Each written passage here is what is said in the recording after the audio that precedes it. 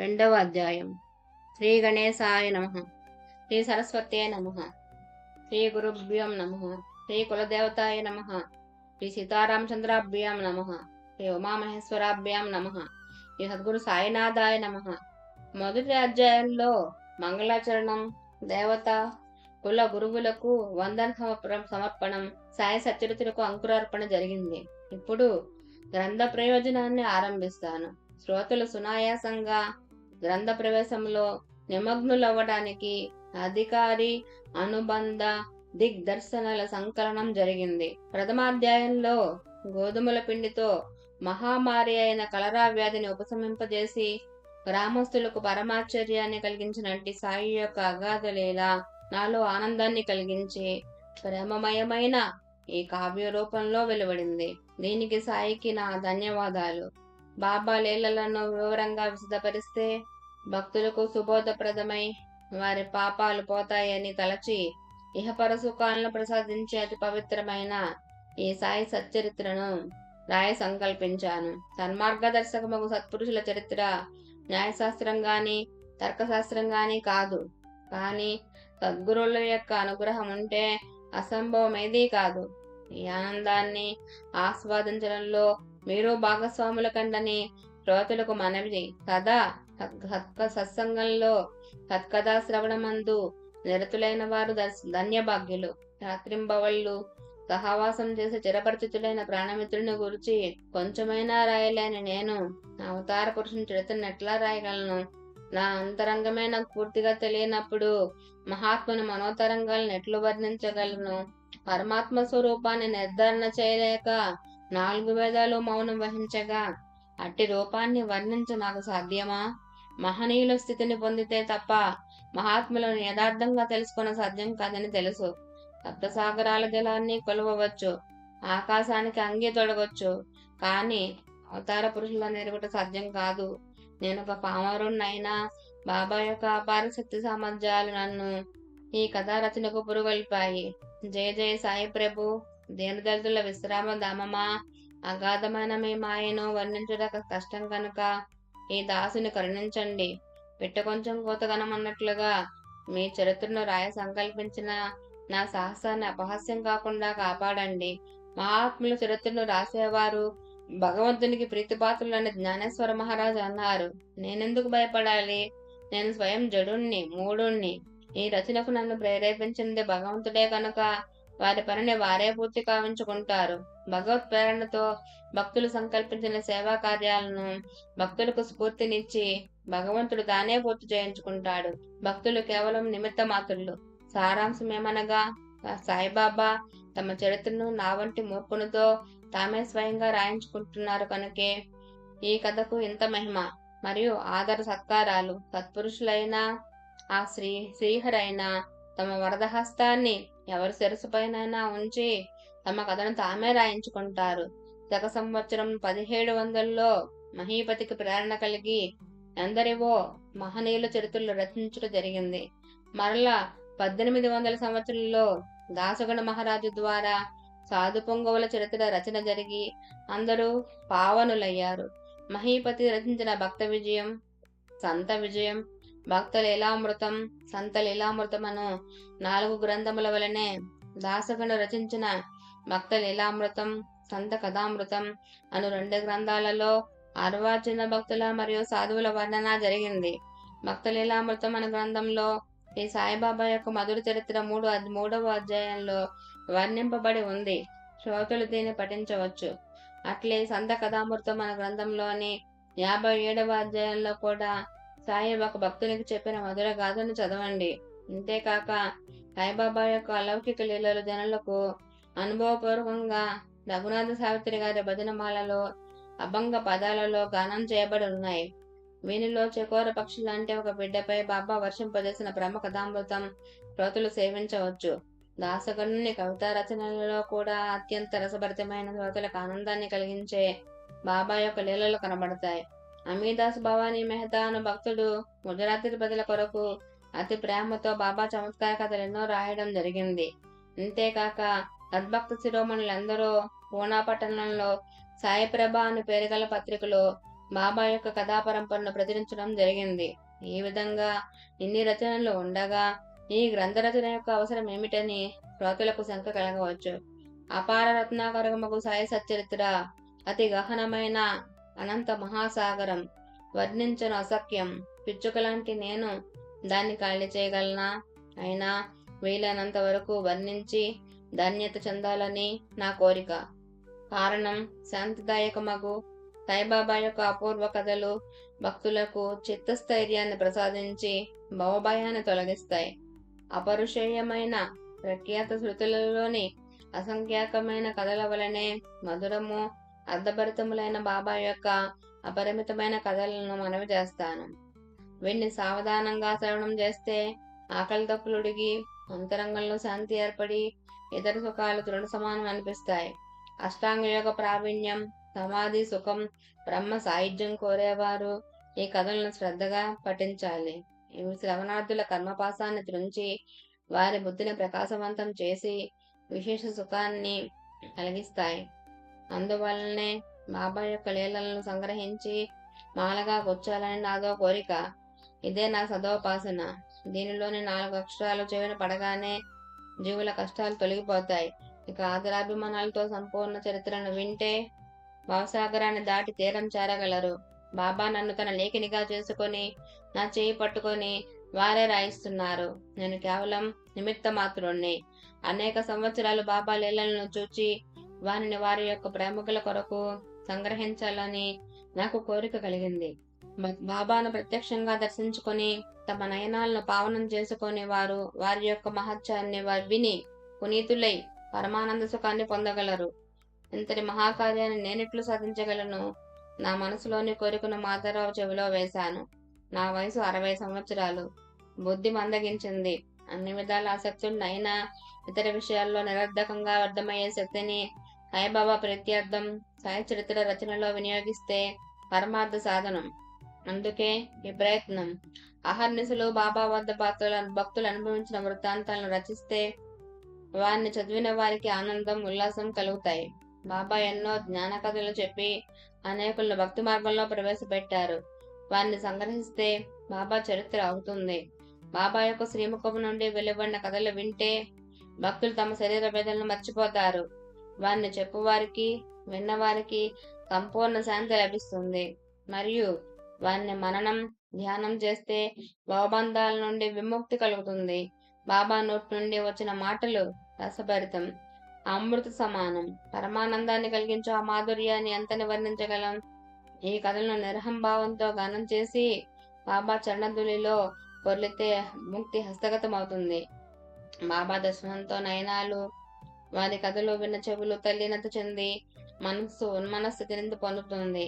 నా జనని గురుమాత జనులకు చెప్పిన కథలను మరియు ఇతరులు తమ అనుభవాలను చెప్పగా విన్న కథలని మరలా మననం చేసుకుంటూ ప్రేమతో వారిని పరస్పరం చెప్పుకోవడం పరమానందం. ఈ రచన సద్గురు సాయినాథుని ప్రేరణనే. ఇందులో నాదేం లేదు. వారేది చెప్పితే నేను రాస్తాను అనడం అహంభావం. వారే సూత్రధారులు. వారే నా వాక్కును నడిపించేవారు. అహంభావాన్ని వారి చరణాలయాన్ని సమర్పిస్తే అపార సుఖం కలుగుతుంది. అహంభావం తొలగిపోతే సకల ప్రపంచం సుఖమయమవుతుంది.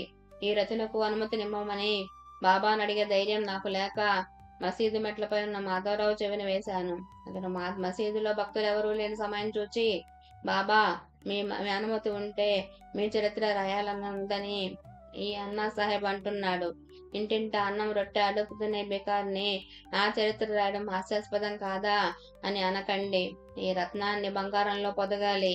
మీ అనుజ్ఞ, మీ సహకారం ఉంటే మీరే రాయిస్తారు. మీ ఆశీర్వచనమే గ్రంథ రచనకు ఉపక్రమం. మీ అనుగ్రహం లేకపోతే రచన నిర్విఘ్నంగా సాగదు అని మాధవరావు ప్రార్థించగా సాయికి దయ కలిగింది. భక్తులను భవసాగరం నుండి తరింపజేయు సకల ధర్మ విశారదుడైన సాయిబాబా నా శిరసు పైన తమ వరదహస్తాన్ని నుంచి విభూతి ప్రసాదాన్ని ఇచ్చి నా మనసును గ్రహించి కరుణతో నాకు ధైర్య ప్రదానం చేసి నా శరణి వచ్చిన అతని కోరిక ఈడేరుతుంది. నా కథలు మరియు భక్తుల అనుభవాలను సంగ్రహించడానికి అతనికి నా సంపూర్ణ సహాయం లభిస్తుంది. శుభం కలుగుతుంది. అతడు కేవలం నిమిత్త మాత్రుడు. నా చరిత్రను నేనే రాసుకుంటాను. నా భక్తుల కోరికలను నేనే తీరుస్తాను. భక్తుల అహంభావాన్ని పోగొట్టి వారికి నా పాదాలందు ఆశ్రయాన్ని ఇస్తాను. నిరహంకారంతో వ్యవహరించే వారికి ఎప్పుడు నా సంపూర్ణ సహాయం ఉంటుంది. ఇంటా బయట సర్వ విధాల వారికి నేను తోడుగా ఉంటాను. అహంభావం లెసమాత్రమైనా లేకుండా పోయినప్పుడు, దేహాత్మబుద్ధి నశించినప్పుడు, నేనుగా సంచరిస్తూ నా చేతులతో నేనే రాసుకుంటాను. నా కథలను శ్రవణం కీర్తనం చేసి వారిని మరలా మననం మరియు చింతన చేస్తే నా యందు భక్తి కలిగి తప్పక అవిద్య నిరసనం అవుతుంది. ఎక్కడున్నా సరే పదే పదే నన్ను ధ్యానించు వారికి విశ్రాంతి కలుగుతుంది. నేను భక్తి శ్రద్ధలకు ఎప్పుడూ అంకితుణ్ణి. ఇందులో ఏ సంశయం లేదు. ఇతర సాధనాలకు నేను లభించను. సద్భావంతో ఈ చరిత్రను విన్న శ్రోతల చిత్తాలలో నిష్ట కలిగి సహజ సిద్ధంగా ఆత్మానుభవ సుఖం, ఆత్మానందం కలుగుతుంది. మరియు నిజరూప జ్ఞానం, నిర్గుణ పరమాత్మ సాక్షాత్కారం కలుగుతుంది. ప్రతుల యొక్క ధ్యేయం ఇదే. దీన్ని పొందడానికి ఇక్కడ ఏ కొదవ లేదు. ఎంతకంటే వేరే ఏం కావాలి? సర్వదా కుతర్క బుద్ధితో వాదించు దుర్బుద్ధి గల జనులలో మాయా అవిద్యయే కాని చిత్తశుద్ధి ఉండదు. వారు ఆత్మజ్ఞానానికి పాత్రలు కారు. వారికి ఇహపర సుఖాలు ఉండవు. సరికదా అజ్ఞానం వల్ల సర్వత్రా దుఃఖమే ప్రాప్తిస్తుంది. స్వపక్ష స్థాపన వద్దు, పరపక్ష నిరాకరణ వద్దు, ఉభయపక్షాల వివరణ వద్దు. వీంతో నిష్కారణంగా ప్రయాసపడ్డం ఎందుకు అని అన్నారు. హేమాత్ పంతు నామకరణ కథ చెప్తానని ప్రథమాధ్యాయంలో చెప్పాను. ప్రతి అధ్యాయాంతమందు హేమాత్ పంతు విరచితమని రాసిన ఏ రచయిత ఎవరు అని శ్రోతలకు జిజ్ఞాస కలుగుతుంది. దాని నివృత్తికై నామకరణ కథను మనవి చేస్తాను. జన్మ ప్రారంభం నుండి మరణం వరకు శరీర సంబంధమైన షోడశ సంస్కారాలతో నామకరణ విధి ఒక ఆచారం. దానికి సంబంధించిన చిన్న కథ హేమాత్ పంతు నామకరణ కథ. నేను అసలే వాచాలోని. నాకు ఏ జ్ఞానం లేకపోయినా ఇతరులను అవమానపరిచేవాడిని. సద్గురు మహిమ తెలియక కుబుద్ధి కుతర్కాలతో అదా స్వంత గొప్పను ప్రగల్భాలను పలుకుతూ వాగ్వివాదాల్లో పాల్గొనేవాడిని. కానీ విధివశత్తు కాకాసాహెబ్, నానాసాహెబ్ జందోర్కర్ అన్న భక్తుల రుణానుబంధం వల్ల, నా సౌభాగ్యం వల్ల షిరిడీకి వెళ్లడం సంభవించింది. కాకాసాహెబ్ బలవంతం వల్ల నేను నా షిరిడీ ప్రయాణం నిశ్చయించుకున్నాను. కానీ అవాంతర కారణాల వలన నా మనసు మారిపోయి ప్రయాణం ఆగిపోయింది. లోనావాలాలో ఉన్న నా పరమమిత్రుని ఏకైక పుత్రుడు ఆరోగ్యకరమైన ప్రదేశంలో సుదృఢంగా ఉన్నా జబ్బు పడ్డాడు. సర్వోపాయాలు, మంత్రతంత్ర ప్రయోగాలు, చికిత్సలు చేసినా జబ్బు నయం కుదరలేదు. వారి గురువును రప్పించి ఆ బాలుని సమీపంలో కూర్చోబెట్టారు. అయినా ఆ అబ్బాయి చనిపోయాడు. ఆ దుర్వార్త విని నా మనసు ఉద్విగ్నమైంది. ఒక పుత్రుడిని రక్షించలేని గురువు యొక్క ప్రయోజనం ఏమిటని అనిపించింది. ఈ ప్రపంచం మహా విచిత్రమైంది. ఒకరి కొడుకు చనిపోతే మరొకరి భార్య పోతుంది. కర్మతంత్రాన్ని అనుసరించి మానవుల అదృష్టం ఉంటుంది. విధి విధానాన్ని ఎవరు తప్పించలేరు. ప్రారంభ కర్మ ప్రబలం అన్న విషయం నాలో దృఢంగా నాటుకుని బాబా దర్శనానికి షిరిడి వెళ్లే నా ప్రయాణం అప్పటికి ఆగిపోయింది. అసలు షిరిడి ఎందుకు వెళ్ళాలి? గురువు సాంగత్యం వల్ల ఏం లాభం? మన కర్మను గురువేం చేయగలడు? నుసట ఎదురాసుంటే జరుగుతుంది. గురువు లేకపోతే ఏమవుతుంది? మన స్థానాన్ని విడిచి ఎందుకు గురువు వెంట పడాలి? యాదృచ్ఛికంగా వచ్చే సుఖదుఖాలను అనుభవించాల్సిందే. జరగనున్నదాన్ని ఎవరూ తప్పించలేనప్పుడు ఇక గురువెందుకు అని అనుకున్నాను. కానీ కర్మార్జితాన్ని ఎవరూ ఆపలేరు. అది వద్దన్నా వెంటపడుతుంది. విధి ఎదుట ఎవరిదీ సాగదు.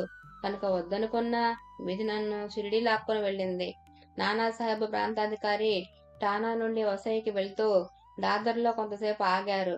వసైకి వెళ్లే రైలుకి 1 గంట వ్యవధి ఉంది. ఆ సమయాన్ని సదుపయోగం చేయాలని బాంద్రాకు వచ్చి నాకు కబురు చేశారు. నన్ను కలుసుకున్న తక్షణం షిరిడి కథ మొదలు పెట్టారు. సాయిబాబా దర్శనానికి షిరిడి ఎప్పుడు వెళ్తావు? ఎందుకు ఇంకా నిశ్చయం చేసుకోలేదని అడిగారు. నాన్న నా పట్ల చూపిన అభిమానానికి, ఆతృతకు నేను లజ్జితున్నయ్యాను. నా చిత్త చాంచల్యాన్ని స్పష్టంగా నివేదించాను. వారు నాకు ఎంతో ప్రేమతో నచ్చజెప్పి నేను వెంటనే షిరిడి బయలుదేరుతున్నట్టుగా మాట తీసుకొని మరీ వెళ్ళారు. తర్వాత నేను మంచి రోజు చూసుకొని సామాన్ సర్దుకొని ఆ రోజు సాయంకాలం షిరిడి ప్రయాణమయ్యాను. సాయంకాలం మైలు దాదర్లో ఆగుతుందని తలచి టికెట్ తీసుకుని బాంద్రా స్టేషన్లో బండ్లో కూర్చున్నాను. ప్రథమగ్రాసే మక్షికాపాతం అన్నట్లు ఆరంభంలోనే కార్యవిఘాతం. రైలు కదిలే సమయానికి ఒక యవనుడు నా వద్దకు వచ్చి ఎక్కడి వరకు ప్రయాణం అని అడిగాడు. నేను దాదర్లో దిగి మన్మాడు వెళ్లాలని చెప్పగా అతడు దాదర్లో మైలు ఆగదు, బోరీ బందర్లో దిగి వెళ్ళండి అని సలహా ఇచ్చాడు. అతడట్లా సూచించకపోతే దాదర్లో మెయిల్ ఆకక నాకు మన్మాడు మెయిల్ దొరికేది కాదు. దాని ఫలితంగా చంచలమైన నా మనసు మరలా ఎట్లా మారిపోయేదో. కానీ ఆ రోజు ప్రయాణయోగం ఉంది కనుక మధ్యన దాదర్లో నా ప్రయాణం ఆగిపోలేదు. ఉదయం 9:10 గంటలప్పుడు షిరిడీ చేరాను. అక్కడ బాపు సాహెబ్ దీక్షిత్ నా రాకకు ఎదురు చూస్తూ ఉన్నారు. ఇది 1910 సంవత్సరంలో జరిగింది. ఇప్పుడు షిరిడీలో యాత్రికుల కొరకు ఒక సాటేవాడ మాత్రమే ఉండేది. అప్పుడు టాంగా బండి దిగ్గానే ఎప్పుడెప్పుడు సాయిబాబా దర్శనం చేసుకుని వారి చరణాలపై శిరస్సు నుంచి నమస్కారం చేద్దునా అనే ఆతృతతో నా మనసు పరవళ్లు దొక్కసాగింది. ఇంతలో సాయి యొక్క పరమభక్తుడు తాత్యా సాహెబ్ నోల్కరు మసీదు నుండి వచ్చి బాబా భక్త మండలితో లెండి తోటకు బయలుదేరి వాడా వైపే వస్తున్నారు. వెంటనే వెళ్ళి దర్శనం చేసుకోండి. స్నానం అది ముగించుకొని బాబా మసీదుకు తరలి వచ్చిన తర్వాత తీరిగ్గా మరలా వారి దర్శనం చేసుకోవచ్చు అని నాతో చెప్పాడు. నేను వెంటనే పరిగెత్తి బాబా ఉన్న చోటికి వెళ్లి వారి చరణాలపై సాష్టాంగ ప్రణామం చేశాను. నానాసాహెబ్ చెప్పిన దానికంటే అధికంగా ఆనందాన్ని అనుభవించాను. ప్రత్యక్షంగా బాబాను చూసిన నా కళ్ళు ధన్యమైనాయి. వారి దర్శన భాగ్యంతో జీవితం ధన్యమైంది. ఎప్పుడూ కనీవి నెరుగనట్టి మూర్తిని చూచి నా దృష్టి నిశ్చలమైంది. నా ఆకలి దప్పులు హరించిపోయినాయి. ఇంద్రియాలు తటస్థత వహించాయి. సాయి యొక్క చరణ స్పర్శతో జీవునికి పరమ ఉత్కర్ష. అప్పటి నుండి నూతన జీవితం ప్రారంభం. ఎవరి ద్వారా ఈ సత్యదేవుని సాంగత్యం లభించి ప్రత్యంగ సుఖానుభూతి కలిగిందో ఆ ఆప్తుల ఉపకారం ఎల్లప్పుడూ గుర్తు ఉంటుంది. పరమార్థాన్ని ప్రాప్తింపజేసిన వారే ఆప్తులు, బంధువులు. వారికి ప్రత్యుపకారం చేయలేము కనుక కేవలం చేతులు జోడించి వారి పాదాలకు నమస్కరిస్తాను. సాయిబాబా దర్శన లాభంతో నా మనోవైకల్యం తొలగిపోయింది. సాయి సమాగమంతో పరమానందం కలిగింది. పూర్వకర్మ తొలగిపోయి చిత్తవృత్తి మారిపోయి మెల్లమెల్లగా విషయ విరక్తికి జనించింది. ఇది వారి దర్శనంలోని విశేషం. వారి కృపావలోకనం పూర్వజన్మల పాప సంచయాన్ని క్షేమింపజేసి అక్షయానందాన్ని కలిగిస్తుందని నాలో ఆశ జనించింది. కాకిలాంటి నేను సౌభాగ్యం వల్ల సాయి చరణ మానస సరోవరంలో హంసనైపోయాను. సాయి మహాత్ముడు సంతావతంసుడు, పరమయోగి, పరమహంస. వారి దర్శన భాగ్యాలతో పాపతాప దైన్య వినాశనం అవుతుంది. ఆ పుణ్యరాశి సమాగమంతో పునీతుణ్ణయ్యాను. ఎన్నెన్నో పూర్వజన్మల పుణ్య సంగ్రహం వల్ల సాయి మహారాజుతో కలయిక. వారి కృపాదృష్టితో సకల సృష్టి సాయిమయం అనిపిస్తుంది. నేను షిరిడీలో ప్రవేశించిన ప్రథమ దినమే బాలాసాహెబ్ బాటే వద్ద గురువు ఎందుకని వాద వివాదం ప్రారంభమైంది. మన స్వాతంత్రాన్ని పోగొట్టుకుని పారతంత్యాన్ని ఎందుకు తలపై వేసుకోవడం? మన కర్తవ్య దక్షత ఉన్నప్పుడు గురువు యొక్క అవసరం ఏముంది? ఎవరి సాధన వారు చేయాలి. ఏం చేయలేని వాడిని గురువేం చేయగలరు? తమ కాళ్ళు చేతులు కదల్చక కష్టపడని వారికి ఎవరైనా ఏం సహాయం చేయగలరు అని నా వాదన. దీనికి విరుద్ధంగా ప్రతిపక్ష వాదన. దురాగ్రహం అని దక్కెడలో వాద వివాదాలు తోగుతున్నాయి. ఈ వివాదం పుట్టడానికి కారణం దుర్భర దేహాభిమానమే. అహంభావమే లేకపోతే జగన వాదాలు బయలుదేరవు. ఎంతటి వేద పారంగతుని పండితునికైనా గురువు అనుగ్రహం లేకపోతే కేవలం పుస్తక జ్ఞానంలో ముక్తుడని ప్రతిపక్షం వారి నిశ్చిత మతం. దైవశక్తి గొప్పదా, కర్తృత్వం గొప్పదా అన్న ఘోరమైన వాదన. కేవలం దైవంపై భారం వేస్తే ఏమవుతుందని నేనన్నాను. దీనికి విరుద్ధంగా జరగనున్నది జరగక మానదు. నేనన్న వారంతా అలసిపోయారు. దైవశక్తికి ఎదురు ఎవరు ఈదగలరు? దాన్ని అనాదరం చేస్తే తరించడం అసఖ్యం. ఎవరి సాధన వారే చేయాలి కదా. మరి గురువు వద్దకు వెళ్ళడం ఎందుకు? మనలో జాగృతి లేకుండా గురువేం చేయగలడు? మన సదా సద్విచార బుద్ధికి, చిత్తశుద్ధికి మన సాధన అవసరం. వీనిపై శ్రద్ధ లేని దుర్బుద్ధులకు గురువెట్లు సిద్ధిని ప్రసాదించగలడు అని నేను అన్నాను. ఈ విధంగా 2 గంటల సేపు ఎవరూ అలసిపోకుండా అంతులేని వాదాలతో వాదించిన ఫలితం ఏం తేలలేదు. పైగా మనశ్శాంతి పోయింది. అది మేం గడించింది. తర్వాత అందరూ కలిసి మసీదులకు వెళ్ళగా బాబా కాకాసాహెబ్తో వాడాలో ఏం జరిగింది? వాడా అంటే సత్రం. దేని గురించి వాగ్యుద్ధం? ఈ హేమంత్ పంత్ ఏమంటున్నాడు అని నా వైపు చూస్తూ అన్నారు. వాడా మసీదుకు చాలా దూరాన ఉంది. వాడాలో జరిగిన వాదనలు బాబాకి ఎట్లు తెలిసాయని నేను ఆశ్చర్యచకితున్నయ్యాను. వాగ్బాణహతున్నై సిగ్గుతోనే కురుంగిపోయి నిశ్శబ్దంగా నిలబడిపోయాను. తొలి సమావేశంలోనే అనుచితము అవిహితము జరిగింది. నాకు హేమంత్ పంత్ అని నామకరణం ఉదయం నేను చేసిన వాదనకు కారణమని నాకు అర్థమైంది. ఈ వాదన వల్లనే బాబాకు హేమాద్రి పంతు స్మరణకు వచ్చాడని నేను నిశ్చయించుకున్నాను. దేవగిరి దౌలతాబాద్ యాదవరాజులు 13వ శతాబ్దంలో వారి రాజ్య వైభవాన్ని, మహారాష్ట్రుల గౌరవాన్ని పెంపొందించారు. ప్రౌఢ ప్రతాప చక్రవర్తి మహాదేవ భూపతి యొక్క సోదరుని కుమారుడు విక్రమంలో ప్రఖ్యాతి చెందాడు. ఇతనికి యదువంశ చూడామణి అయిన రామరాజ రాజాగ్రగణికి ఈ ఉభయులకు సద్గుణవంతుడు సర్వలక్షణ శోభితుడైన హేమాద్రి మంత్రి. అతడు ధర్మశాస్త్ర గ్రంథకారుడు, పరమ ఉదారుడు, ఆచార వ్యవస్థలు ఎరిగినవాడు, వ్రతదాన తీర్థ మోక్షాలకు గని. చతుర్వర్గ చింతామణి అనే గ్రంథాన్ని రచించి విఖ్యాతి చెందినవాడు. గీర్వాణ భాషలోని హేమాద్రి పంతు, ప్రాకృతంలో హేమత్ పంతు. అతడు రాజకారణ నిష్ణాతుడని ప్రసిద్ధి. శ్రీవత్స గోత్రజుడు. నాది భరద్వాజ గోత్రం. అతడు పంచప్రవరి, నేను త్రిప్రవరి. అతడు యజుర్వేది, నేను ఋగ్వేదాధికారిని. అతడు ధర్మశాస్త్రజ్ఞుడు, నేను మూఢుణ్ణి. అతడు మాధ్యందినుడైతే నేను శాకల వంశజుణ్ణి. అతడు పండితుడైతే నేను మూర్ఖుణ్ణి. అతడు రాజ్యకార్య దురంధరుడు, ముత్సద్ది, నేను అల్పమతిని, మందబుద్ధిని. అతడు ధర్మశాస్త్ర విశారదుడు, కళాభిజ్ఞుడు. అతడు రచించిన లేఖన కల్పతరువు, నానా చిత్ర కావ్యాలకు ఆలవాలం. అతని రాజ్య ప్రసిద్ధమైన గ్రంథం. నేను ఒక పద్యమైన రాయలేని అల్పజ్ఞుణ్ణి, బాబా బిడ్డను. ఘోర, చోక, సావతమౌళి, నివృత్తి, జ్ఞానదేవాది భాగవత ధర్మ ప్రవర్తక మండలి ఉదయించిన కాలంలో విద్వాంసుడైన భోపదేవ పండితుడున్న సభాంగణంలో హేమత్ పంతు గుణవంతుడు, రాజకారణ దురంధరుడని ప్రసిద్ధి చెంది ఉండెను. ఉత్తరం నుండి మన దేశానికి యవన సైన్యం ప్రవేశించి దక్షిణమంతా ఆక్రమించుకున్న కాలం అది. బాబా నా అహంభావాన్ని అణిచివేయాలని నన్ను సన్మానించినట్లు హేమత్ పంతుని పదవినిచ్చారు. ఏ యోగ్యత, ఏ జ్ఞానం లేని నాకు అంజనం వేసి నా కళ్ళు తెరిపించారు. వారి నోటి నుండి వచ్చిన విలక్షణమైన సాధక నామకరణాన్ని నేను భూషణంగా స్వీకరించాను. అశుభము, విలక్షణమైన వాద వివాదాలలో ఇక ముందెప్పుడు పాల్గొనకుండా నాకు శిక్షణనిచ్చారు. నా వాదాభిమానమంతా కరిగిపోయి సదా నిరభిమానంగా ఉండాలని జీవితాంతం గుర్తుండేలాగా నాకు ఈ నామకరణం జరిగింది. అఖిల ఋషిగణ మానస విహారి, విశ్వాసులను పూర్ణ జ్ఞానులను తరింపజేసే అవతారమూర్తి అయిన దశరథ రాముడు గురువుగా వశిష్ఠుల వారి చరణాలను ఆశ్రయించారు. పరబ్రహ్మ స్వరూపమైన శ్రీకృష్ణ పరమాత్మ కూడా గురువైన సాందీపుని వెంట కట్టెలు మోసి ఎన్నో కష్టాలు పడ్డారు. అటువంటప్పుడు నేనంతటి వాణ్ణి. గురువు వినా జ్ఞానము గాని పరమార్థం గాని లభించదని శాస్త్రాలు దృఢంగా తెలుపుతుండగా ఇంకా వాద వివాదాలు ఎందుకు? శ్రద్ధ, సహనం తెలియనిదే పరమార్థం నిజమైనా సాధించలేమని అనుభవమైంది. ఆ విధంగా ఈ అధ్యాయంలో గ్రంథ ప్రయోజనం, అధికారి, అనుబంధ దర్శనం, గ్రంథకారణకు గౌరవప్రదమైన నామకరణ కథాశ్రవణం జరిగింది. ఇక సవిస్తరమైన ముందు కథను వినండి.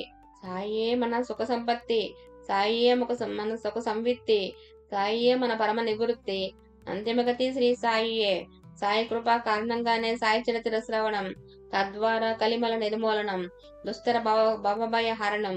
స్వస్తి శ్రీ సంత సజ్జన ప్రేరితం భక్త హేమత్ బంధు వెచతం శ్రీ సాయి సమర్థ సచరితంలో కథా ప్రయోజనం నామకరణమైన 2వ అధ్యాయం సంపూర్ణం.